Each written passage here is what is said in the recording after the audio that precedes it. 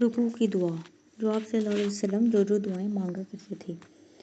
آپ صلی اللہ علیہ وسلم رکوع میں فرماتے ہیں سبحان ربی العظیم۔ آپ صلی اللہ علیہ وسلم نے فرمایا جس نے رکوع میں 3 بار سبحان ربی العظیم کہا اس کا رکوع پورا ہوا، مگر یہ ادنا درجہ کم از کم تعداد ہے۔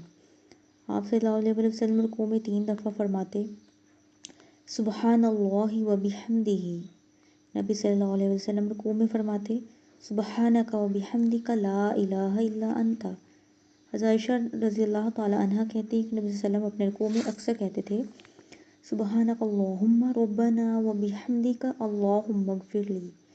آپ صلی اللہ علیہ وسلم رکوع اور سجدے میں کہتے سبوح قدوس رب الملائکۃ والروح۔ اس کے علاوہ دعا ہے سبحان ذی الجبروت والملکوت والکبریاء والعظمت۔